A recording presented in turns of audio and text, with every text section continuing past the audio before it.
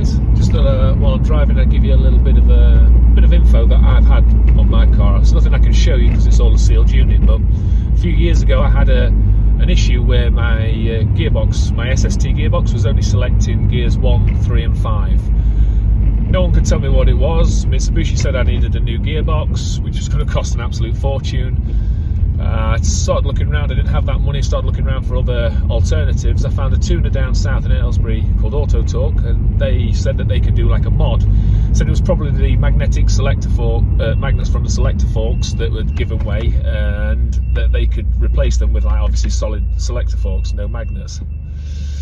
And so it was a little bit of a cheaper option, and obviously I figured that if they were going to replace the gearbox, the parts that they were replacing, the gearbox is going to have exactly the same magnets in as before and liable to go again. So I decided to go with the mod. Now this is a couple of years ago, and I've not had no issues yet with the car. I mean, I've had other issues with the car, but I've had nothing like really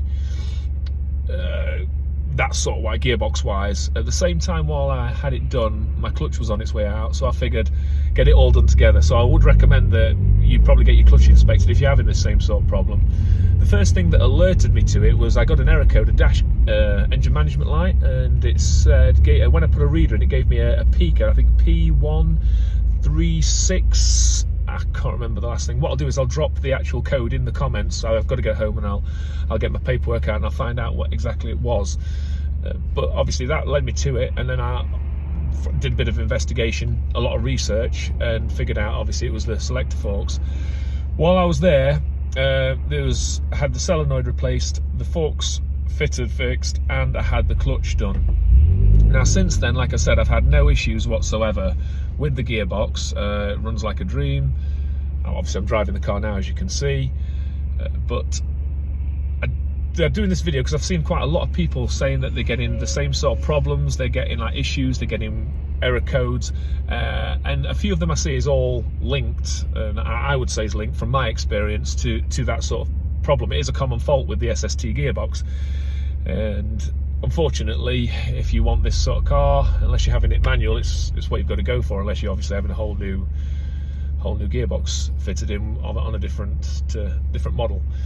But yeah, so basically what I wanted to do is I wanted to share that with you because there's nothing I could really show you. So I thought while I'm driving and I've got a minute, I could explain it to you, and then hopefully that if anything like this is happening to you, you can maybe have a little research, bring a few places and find an alternative, because you don't want to pay 8,000 upwards for a new gearbox. It's just absolutely ridiculous.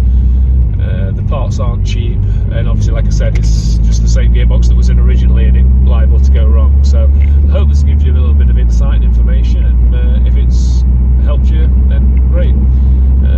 If you like this and you like any of the other videos, just check them out. I've got quite a few different ones. AYC pump relocation. I'm onto my second Cobra Sport exhaust now, so I've done the most recent video up is the one that I've just had done, the one before I had a few issues with. So yeah, there's quite a bit of content coming as well. Just work in real life I've kicked in at the minute, and I haven't had a chance to get many of the videos edited. I've got quite a lot of videos and clips all in pieces, and I just need to put it together.